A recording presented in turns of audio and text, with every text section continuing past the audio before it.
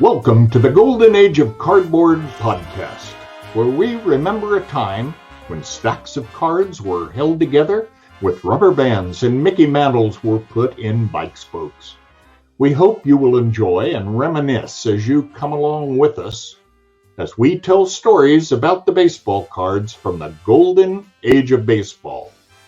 We will examine the state of the vintage baseball card market and talk to some of the greatest collectors in the hobby.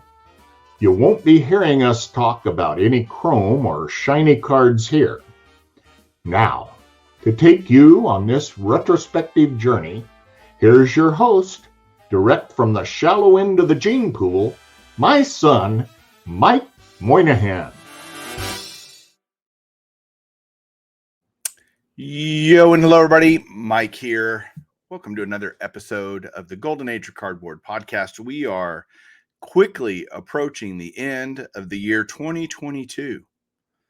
It is amazing how fast it's gone. There's been so much cool stuff that happened in 2022. I will probably give a personal recap in terms of what happened with my collection, things I did, things I enjoyed, all that good stuff over on my regular channel, Baseball Collector, but on YouTube. But today I want to really specifically look at the vintage market because I think 2022 was an interesting year for vintage. And I think 2023, we'll do some speculating, we'll do some thought-provoking, discussion. And to do that, I brought in my most thought-provoking friend, and that is Mr. Danny Black from Sports Vault Radio. Danny, welcome to the show. Welcome. I assume that you're having somebody else on by that introduction. Well, I always over-embellish on introducing any guest because I really want my audience to leave disappointed. That's always the goal. Every show is for everybody to go, God, what a just train wreck. No, glad to have you. Honestly, that's my pitch. I'm your guy. To make it a train wreck? Oh yeah, we'll go right off the rails right now. So we can start there. It's my goal every because show. I want to talk to you tonight about vintage. I hear, but you're wearing Texas Ranger stuff, so they're pseudo vintage. I think they're not the Orioles. I'm sorry. We have a whole Jeff Burrows segment later. I think you told me. Yeah, that's at about the 58-minute mark. Luckily, this podcast will only go about 57 minutes, so you guys don't have to worry about that. No, seriously, the reason I wanted to have you on, Danny, to talk about this is because I know that you do a lot of consulting with other people about sports cards they may or may not want to purchase as a long-term alternative. I know, let's not get into the whole using the I word around here, but vintage is kind of where you've been directing clients as you do consulting. Is that true? Yes, and just so we don't have to fear the I word, a lot of my clients are collectors who just want a little help and direction. So not everything is an investment. This is collectors and investors. But yeah, no, I definitely help consult, and this has been a very exciting last couple of months to be buying. Why do you think that is? I think right now people are selling like crazy. Prices on vintage are down, not as much as the rest of the market. So cash is king right now. If you have liquidity, the buying opportunities are just out there, and not only out there, they're out there for good cards that other people probably just need to liquidate and get out of. And so you're seeing some stuff that maybe you don't normally see. You're seeing prices maybe you haven't seen in a while. There's one specific client who bought a card, I think 2-3 months ago.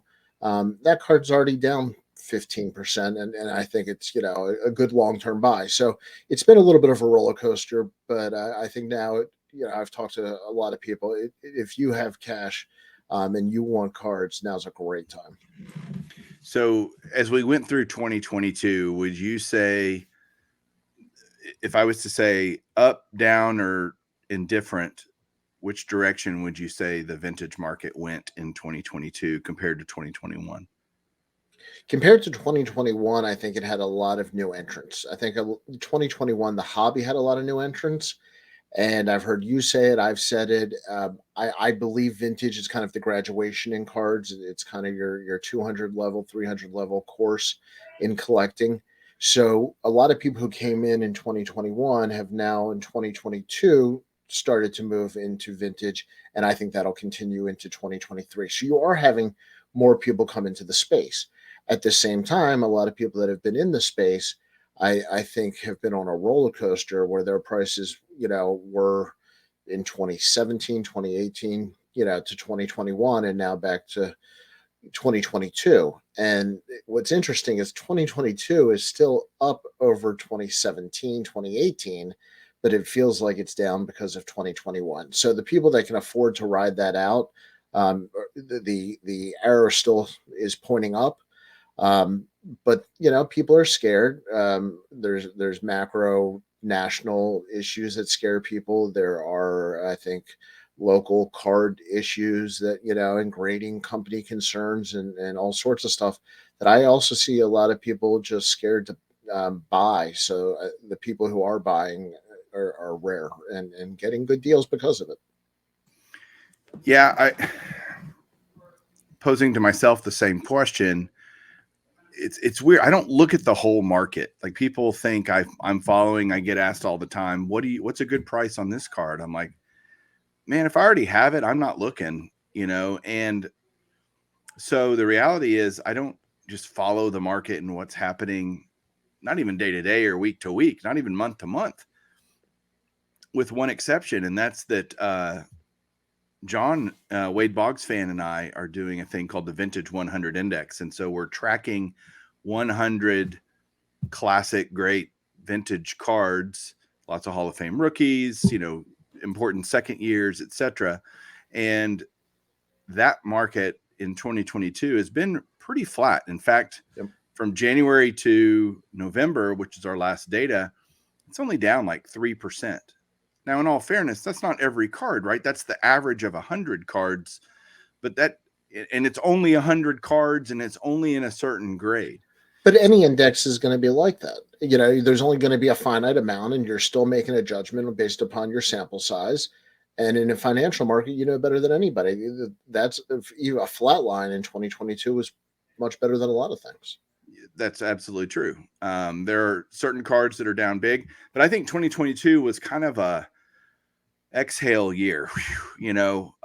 After in vintage anyway, the trend wasn't straight up like it was, during COVID for modern and ultra modern. It was a slow burn there, and it was certainly going up slowly. Then in March 2021, you saw this huge spike in prices. February, March, April beginning to die down, and then things settled at a new normal, higher than the new normal before. A trend line in vintage is very boring, and that's a good thing. That's what most of us want. But the reality is, do I think the vintage market is more popular? Yes. 2022 versus 2021. I think more and more people are coming into the space, as you said, and getting into vintage and finally going, okay, enough of this crazy ultra modern, nutso stuff. I'm going to do something that buy cards that I just think are just classic. If that that's the word I love to use, is classic. Can I go sappy on you? Sure. Classic to me in cards, and especially baseball cards, is emotional. There's a tie-in that means more to me personally, and not to offend anybody, than Bol. And so for me to collect and to continue collecting and not worry about maybe a true flip or investment, then I'd rather have the history, the stories, the Mount Rushmore Hall of Fame players in general, just as a fan. And I think a lot of people who are collecting or trying to get into cards right now, that's what they want. They want stuff to be proud of, to pass down to their kids. And a lot of times that's not going to be a current player. That's going to be somebody we grew up idolizing. Yeah. And maybe not even watching play, which is true for me a lot. But it's the stories, it's the legends, it's all of that stuff plays into it. So I would say the popularity of vintage grew in 2022. More and more people were getting in the space. And what's, I think, also attractive about the space, especially once you start in on it, it can be intimidating to kind of get going because you don't really know which direction to go. But once you're in it, there are so many different ways to collect vintage, whether it's teams or players or sets or eras or home run hitters or you name it. Vintage provides almost endless number of possibilities and directions to take a collection and to focus, which I think is attractive to collectors. If you just want to own great cards, that's good. That's a good thing to have, is options. Well, when you have history on your side, quote unquote common cards become more fun. And I don't know on modern players who we look at as low caliber players that we get an emotional reaction if we pull their card. But if you go back, and I'm building the 57 top set and I pull out any card, I don't even have to know the player. I'll research it, I'll read the back, and that card is much more fun to me. And so I think there is part of that. And I think, it's silly stuff. Ken Burns has taught a lot of people, and a lot of fathers have shown a lot of their kids uh, the history of the game. Whether or not you agree, Joe Posnanski's book on the top 100 players, there have been things out there that are constantly challenging our view of the history of baseball. So what do we do when we learn something new? What do we do, when we find something cool like Hall of Fame autographs or whatever it may be? It really resonates differently. If I were to collect this year's Orioles set, maybe I'm excited by the prospects. The Orioles have great young players and there's a lot of enthusiasm, and that would be a cool thing to do. It hits me in a whole different way. It hits me financially, and I'll start there, as a fun project, risky, high risk tolerance type of purchase. But also as a fan, it's looking and hoping in the future, and there's a chance I'm going to be disappointed. Vintage, I kind of feel like I know the end of the story already, and I can enjoy that story and the whole time I have the card and not worry about it changing, if that makes sense. Yeah, absolutely.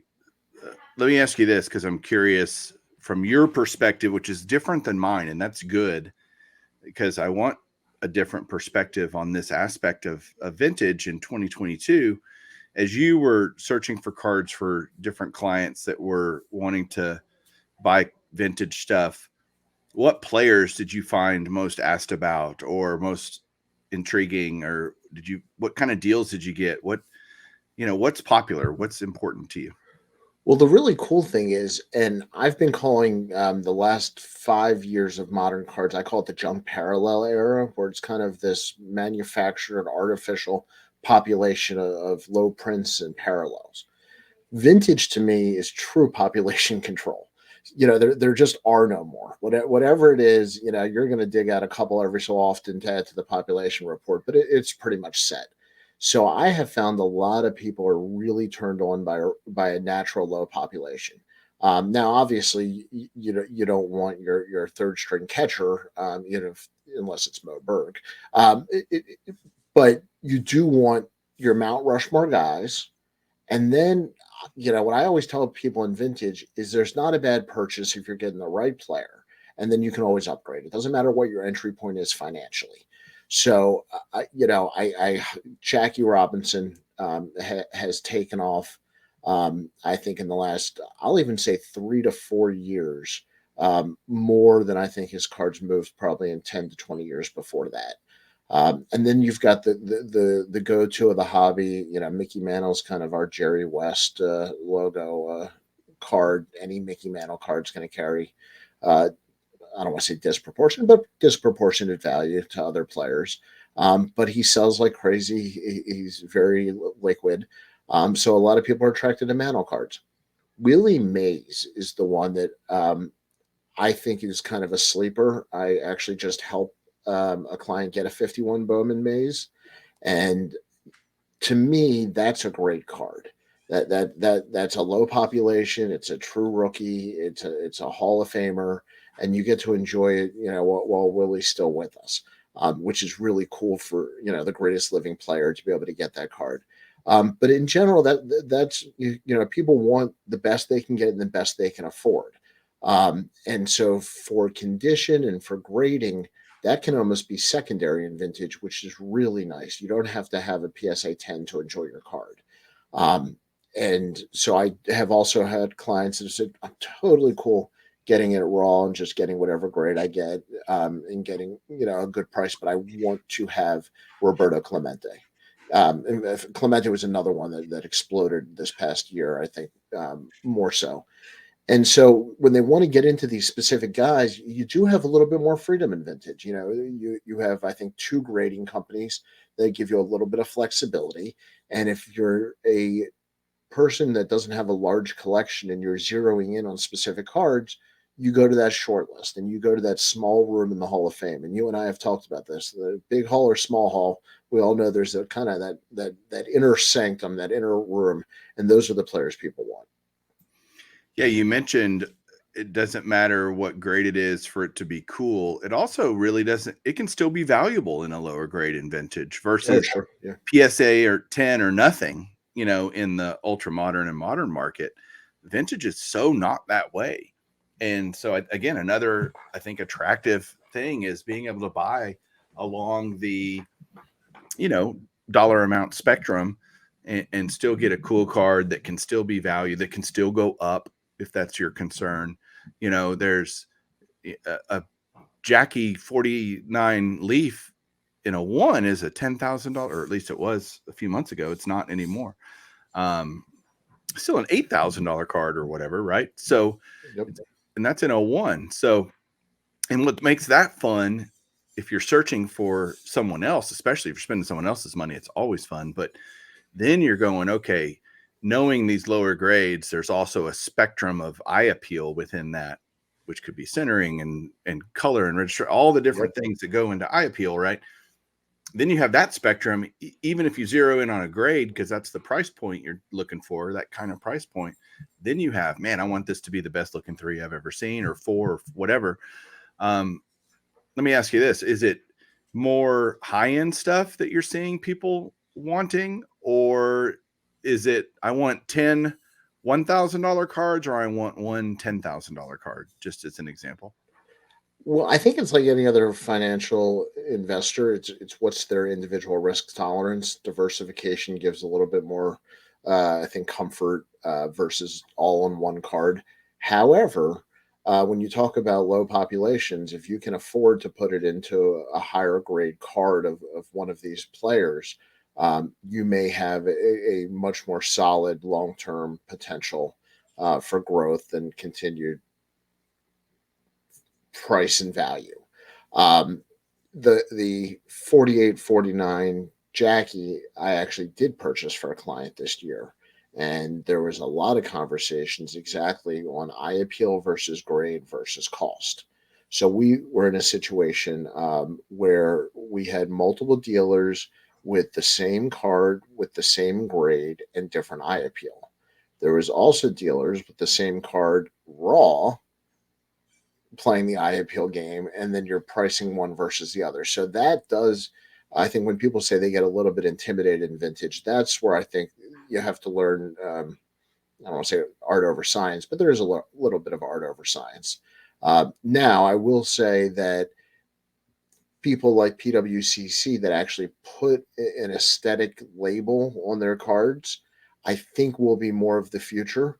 I think the raw cards with some sort of parameter on them, or even graded cards to separate the numbers, I think is one of the big changes of 2022 that we're going to see a lot more of in 2023. That whole concept annoys the piss out of me, I have to admit. I really don't like the idea of having it be some other third party that's already been graded a certain numerical grade by PSA, SGC, whomever.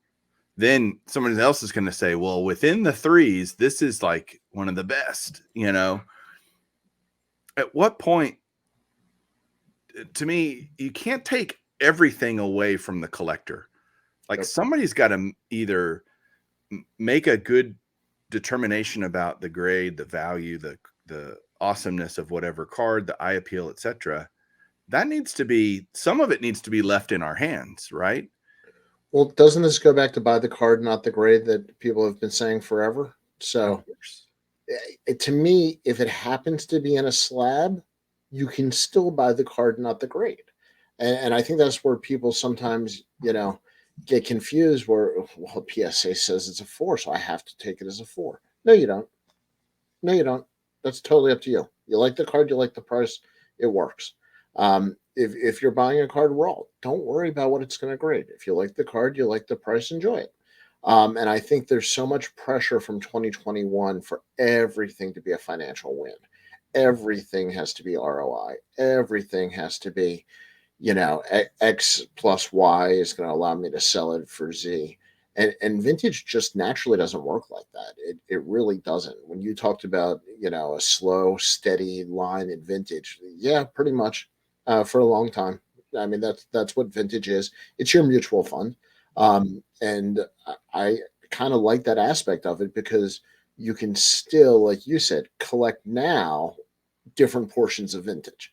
And you can collect, listen, a couple star cards that you want to keep of your favorite players. I'm from Baltimore, so give me Brooks and Cal and Frank and Johnny U, and there's nothing wrong with me collecting that and you collecting something else, and we can still talk about vintage even if we're in totally different spheres of what we're going after, because I think we appreciate the history of the cards themselves, the players, the sport.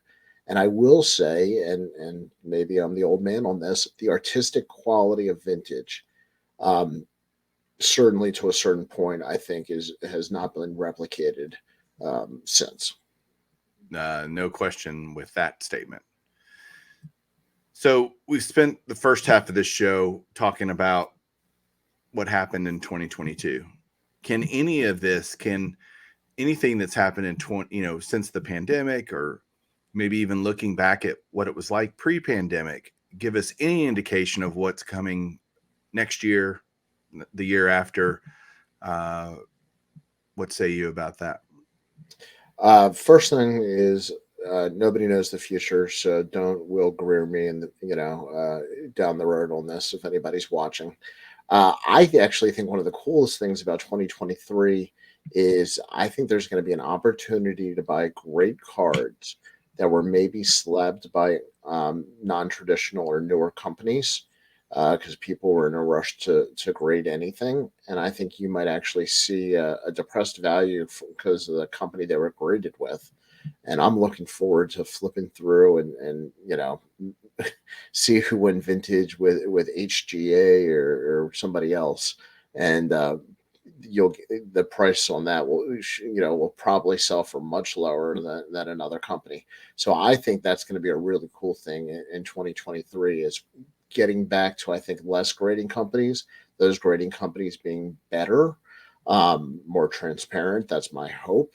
I think it's heading that way. And I think technology in a good way, not a bad way.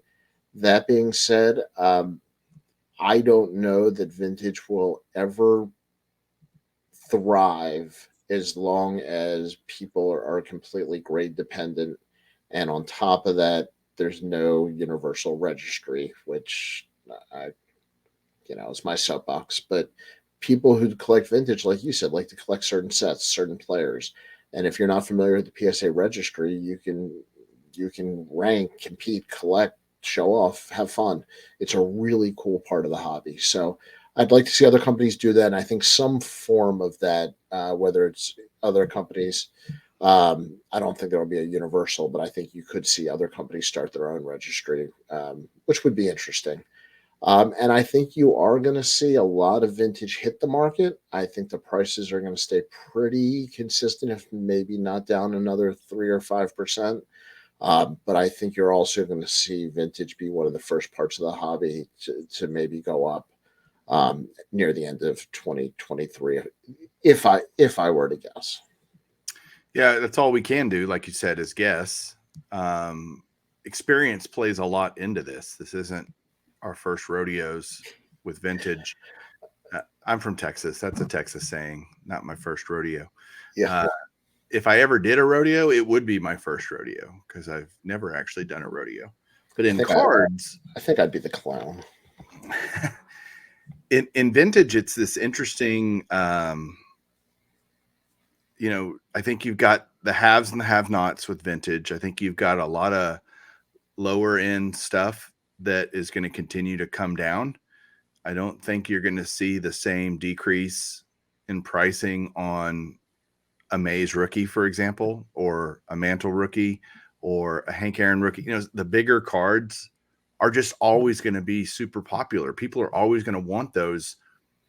Lots of times, even if they already have one, because they'll say, "Oh, never a bad time to buy a Hank Aaron rookie. Let me buy another one, and I'll hold on to it for a little while and maybe sell it down the road." So I just think there's always such a high demand for those more key cards. Keyer is not a word, so I'll have to say more key cards. And one other point I just wanted to bring up is the lack of transactions on vintage cards versus modern cards, especially newer releases. You can't necessarily go off of comps in vintage the same way you can on a high velocity card that's sold 100 times in the past month.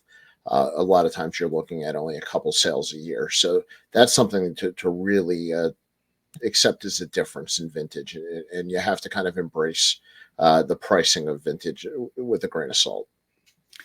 Yeah, and that just takes time to learn. Yeah. That's part of that experience that I'm talking about. And what I try to tell people is don't be afraid to make a mistake. Just learn from that mistake if you make one.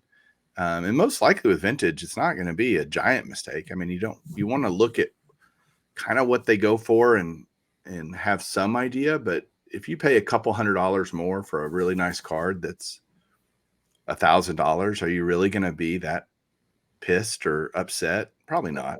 Especially if you're holding on to it for a long time. And that's what I tell people. If you're not looking to sell this anytime soon, don't watch the price every day. There's just no need.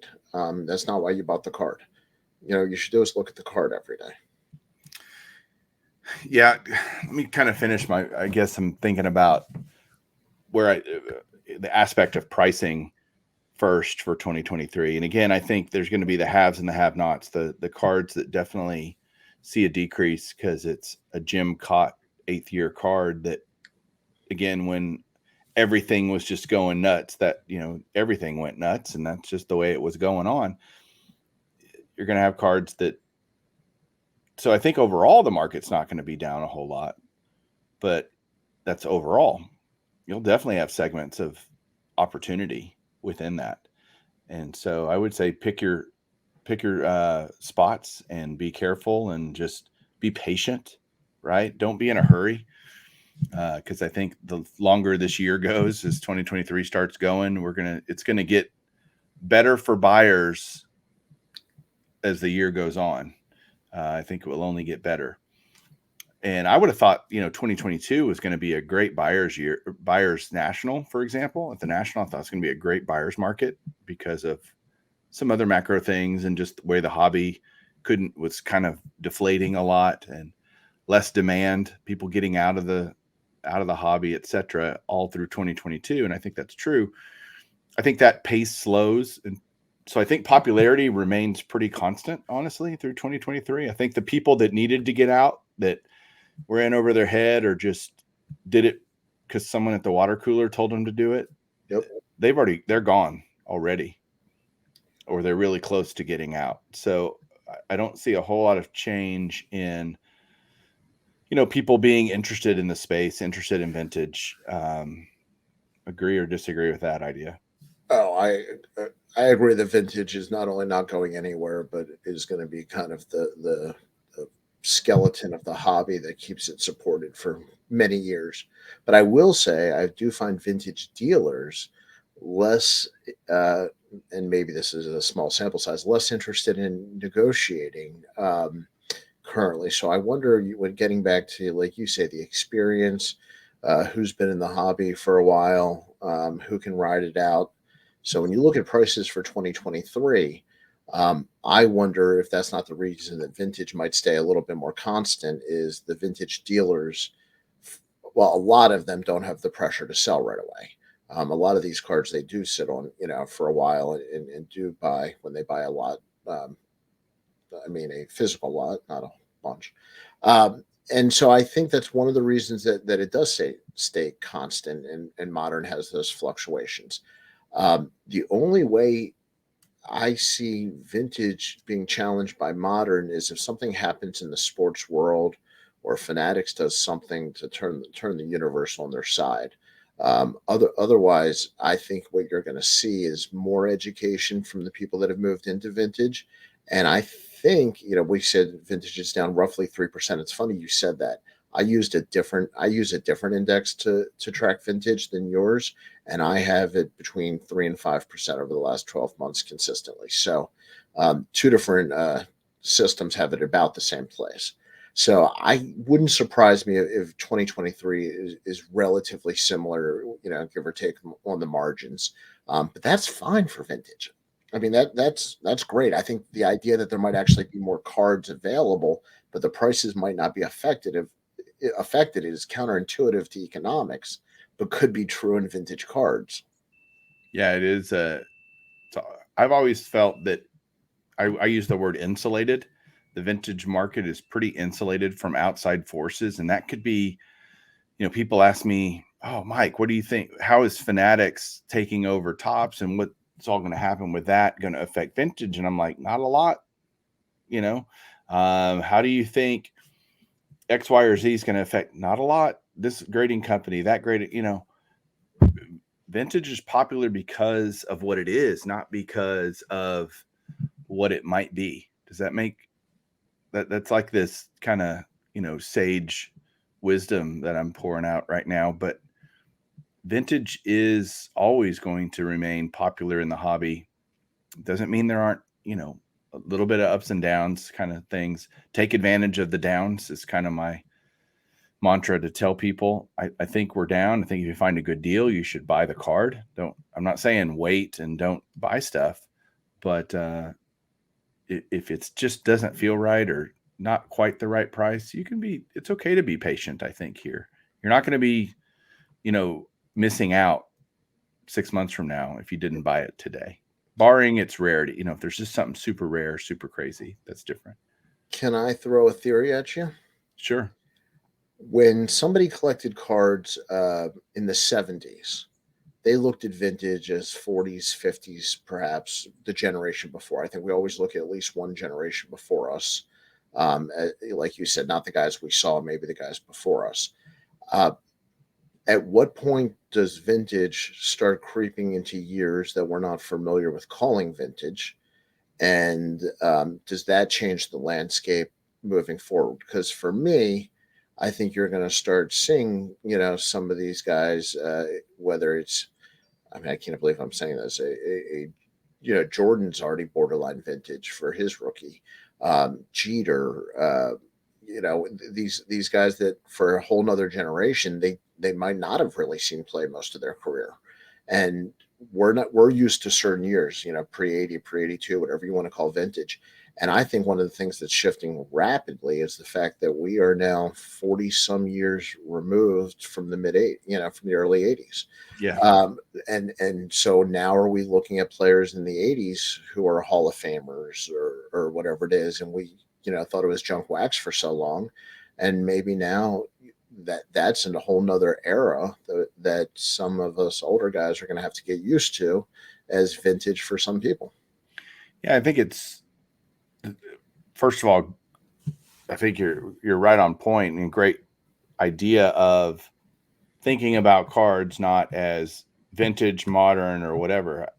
I think it's important to segment them and delineate by era. That's the way you delineate what cards you're talking about.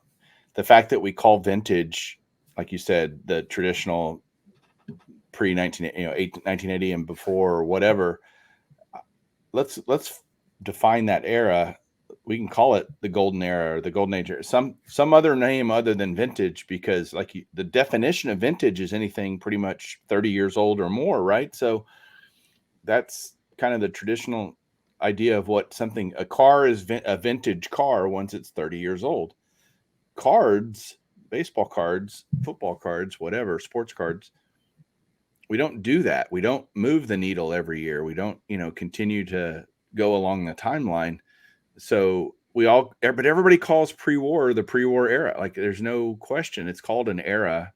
That same mantra should apply to, or moniker should apply to, other eras of cards.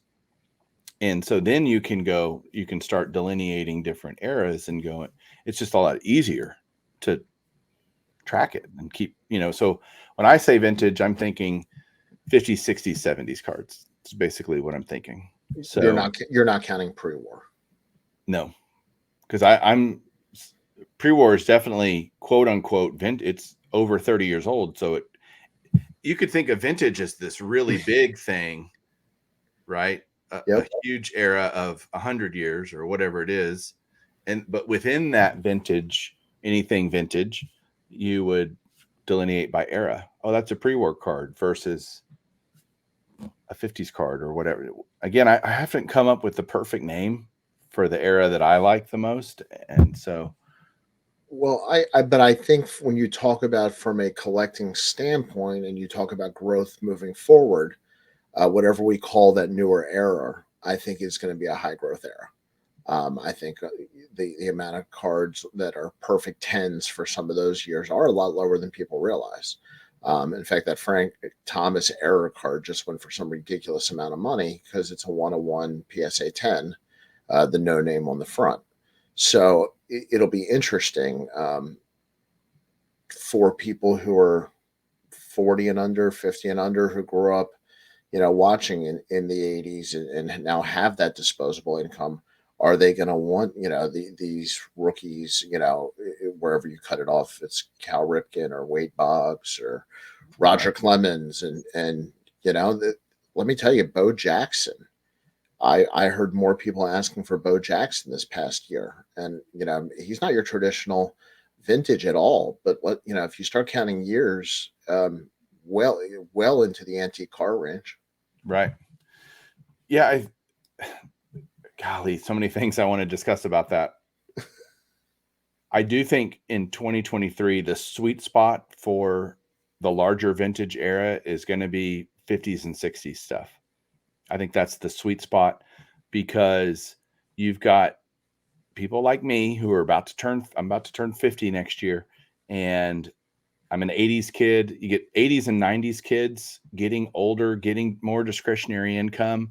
We grew up collecting cards versus the generation before us that I would say a fewer amount of people collected cards during that era. People did, for sure, no question, but more of us collected cards that grew up in the 80s and 90s than people that grew up in the 60s and 50s, right? So, and I think that the pre-war stuff is going to always remain popular, but the reality is there's just not enough of it. There's just not enough of Babe Ruth cards and this and that. Whereas the contrast to that is in the 50s and 60s, there's plenty of them to go around. They're definitely more scarce than modern cards, or certainly anything from the 80s and 90s, but there's still a lot of it, meaning even if there's high demand, that can be met. You can get your hands on a 53 Bowman color Mickey Mantle if you want one. Yep. Right? They're not scarce. They are not. A 52 Topps Mantle is not scarce. There's plenty of them out there. It's, can you get the right price, the right condition, the right eye appeal that you're looking for? That's the journey, not can you even find one. And in pre-war, it's man, I've never even seen this card before. There's just so many things that are so unique and scarce, genuinely scarce. Do you count the 70s or early 70s? I think it's a different. I think it's different. I think the 70s was different. Do I count it in the same era as 50s and 60s? Yes. Do I think the demand for 70s cards will go up? Absolutely. 70s and 80s cards, 100%. You didn't have the same name recognition, the same legendary status of players that you did in the 50s. The 50s and 60s was this magical period where you had everything from Joe DiMaggio post-war, all the way to at the end of the sixth, you had Mantle's last card in 1969 Topps, and you have Mantle, Mays, Aaron, Koufax, Ted Williams, Joe DiMaggio. Like I said, there's not names like that in the 70s that don't evoke the same baseball emotions. Well, from a baseball card standpoint, there's also the macro conversation of the rookie card. A lot of these guys might have bled into the 70s, but you're talking about end of the career cards, which are just not as collectible. They're not as Right. pricey.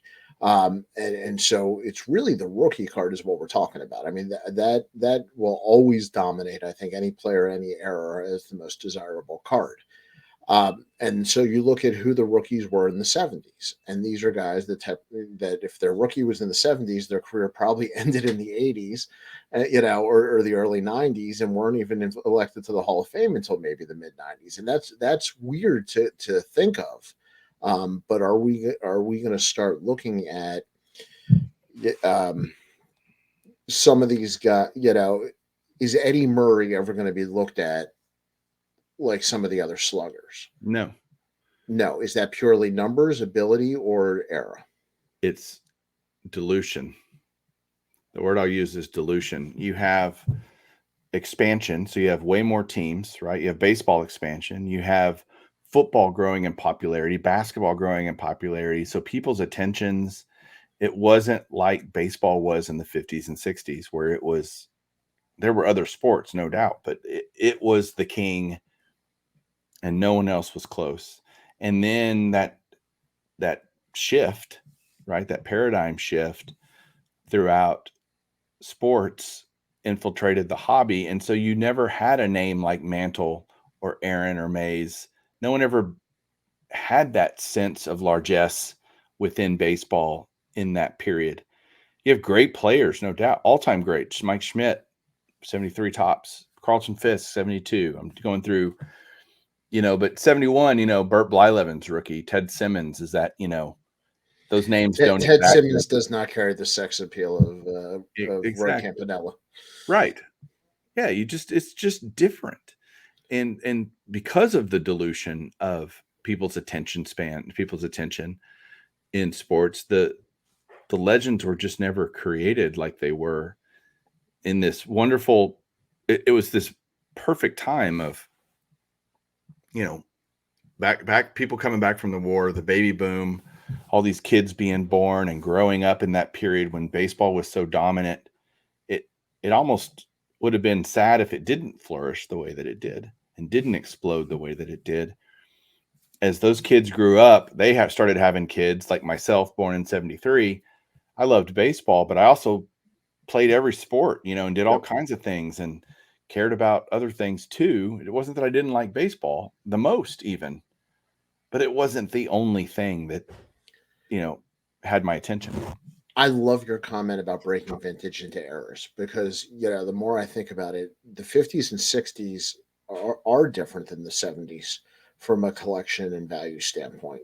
And I think, we all agree kind of on pre-war. But then that vintage category has always kind of been 48, 49 to roughly 80. And maybe it shouldn't be. Maybe that was just because of the age of us all. It just kind of like seemed like once Donruss and Fleer came along, all right, that's kind of a natural break. So we'll just call everything before that vintage, and then we'll head into what was called modern before it became junk wax. I wonder if we're not going to look back at the 70s and 80s as more of a combo, like the 50s and 60s go together. Because I think you're right. I mean, maybe until Mike Trout, do we go almost that far till we get another real, kind of Mount Rushmore type of name? I mean, you're talking about card wise, that's an extremely long time, which is why you have the value in the original vintage. I mean, this to bring the conversation full circle. What do my clients want? What do people want going forward? They want that true scarcity, that true Mount Rushmore, that true history. I mean, they want the real thing. And Ted Simmons, with all due respect, is not that, and neither is John Smoltz. As much as I love him, well, even a guy, I'll use Mike Schmidt as an example of a player from the 70s. I know you think Brooks Robinson was the greatest third baseman of all time. That's an argument for another day. But a lot of people do think Mike Schmidt is the greatest player of all time. If you went to one of your clients and said, hey, let's go buy a Schmidt rookie. How about George Brett? Or George Brett, even great example. Robin Yount. I mean, you've Paul got Molitor. I mean, you can go Dave through Winfield. These are great players, that had significant career accomplishments that it just amazingly affected the game. But it's not the same. It's just not.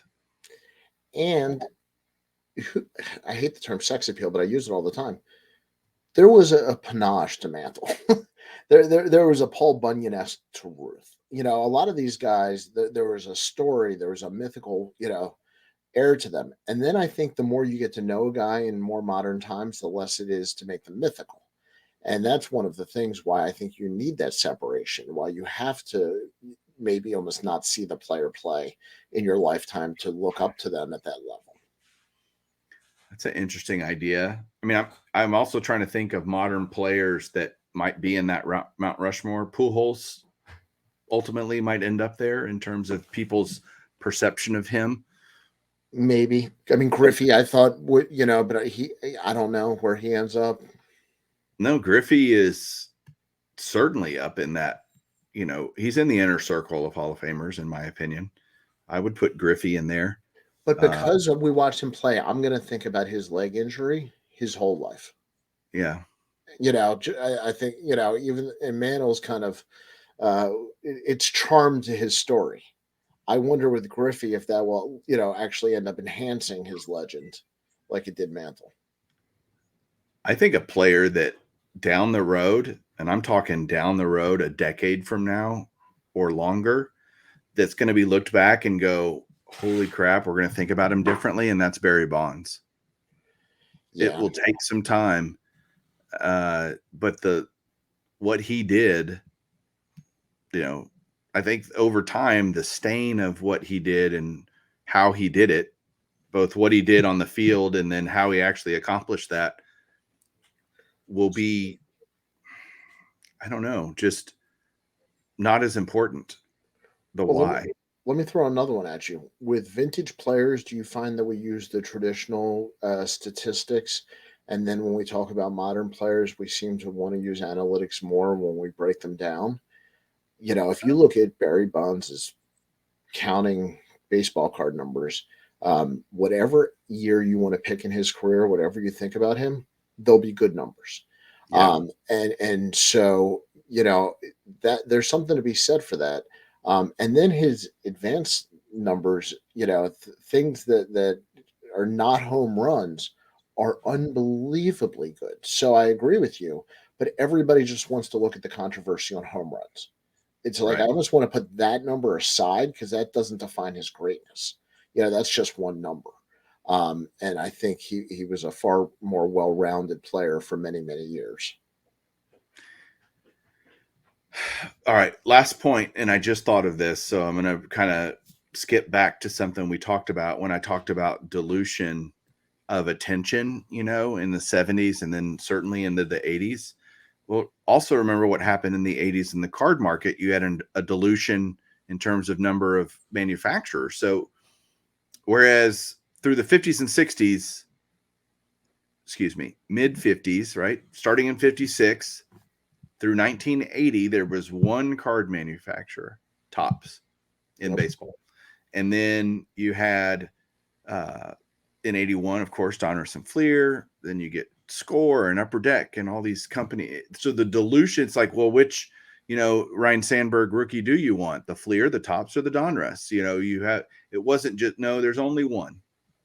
There's Topps. There's only one Hank Aaron card that's the Hank Aaron rookie, right?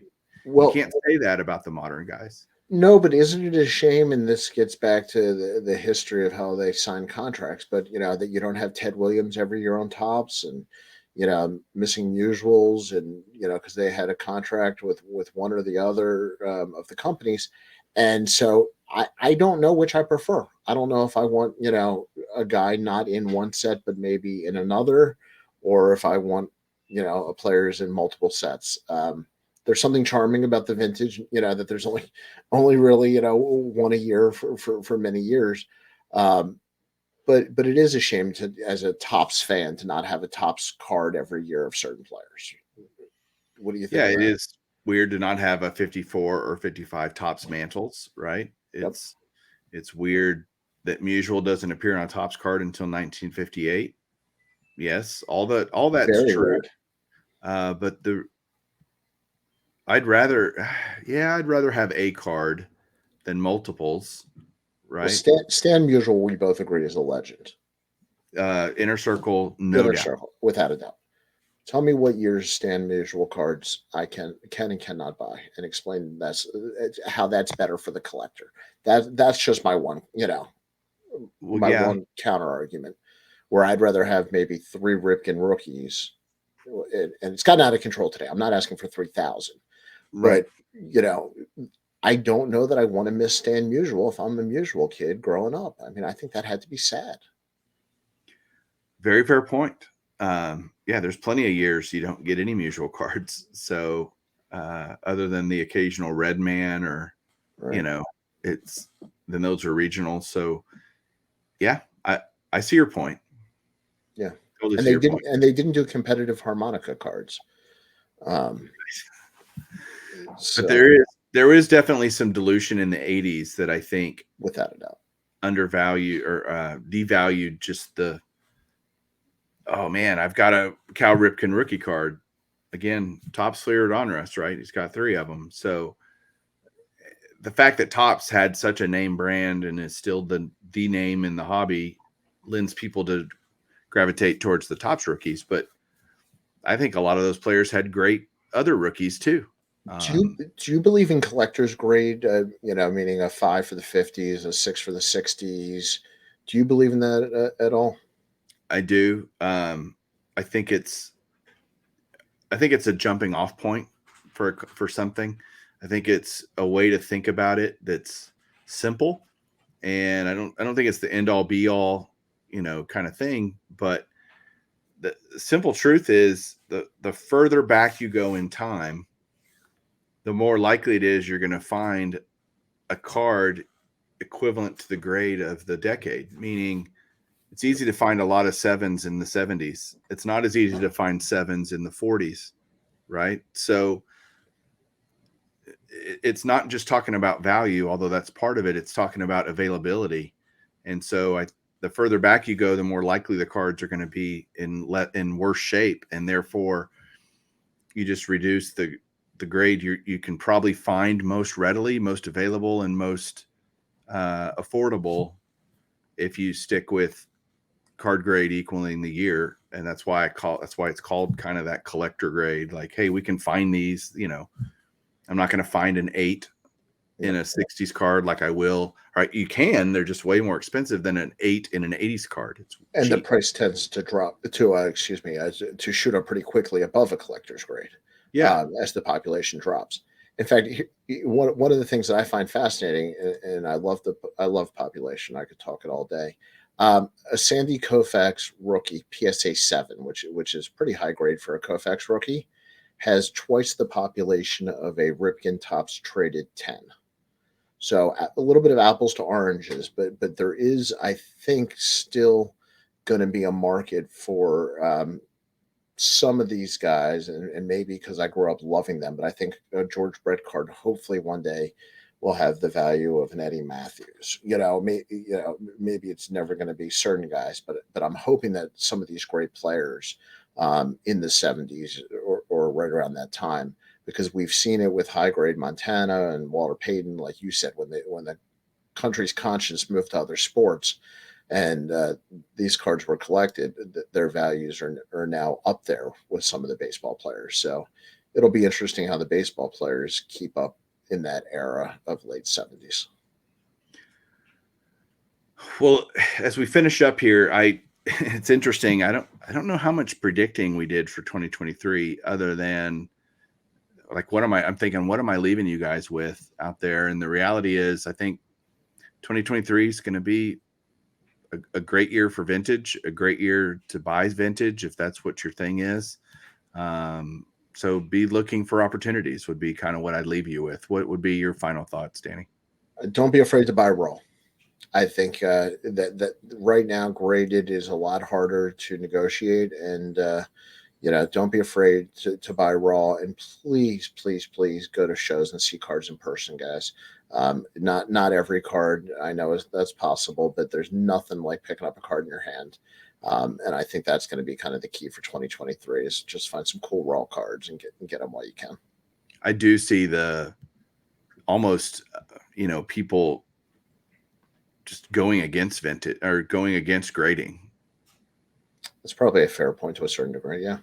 And saying, oh, I'm going back to raw, and there's plenty of raw vintage out there, raw 50s and 60s, 70s stuff. So enjoy the hobby, guys. Figure it out.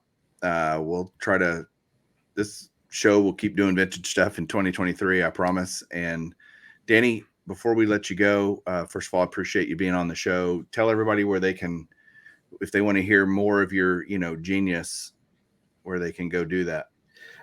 You can find me at Sports Vault, and then I'll have a link to everything. But I do write for Pressbox Magazine, and just launched Card Menches, a new show talking a little bit of a sports talk, sports betting, and of course the hobby. But you can find me, I guess, on Hobby Hotline or talking to Mike on the phone a couple times a week. Thanks, man. I appreciate it. And thanks to everybody out there. I hope you all have a Merry, Merry Christmas. Great New Year. I will be not doing an episode last week of December, but we'll catch up with you guys early in 2023. Thanks for listening. Thanks for watching. We'll talk to you soon. Keep collecting.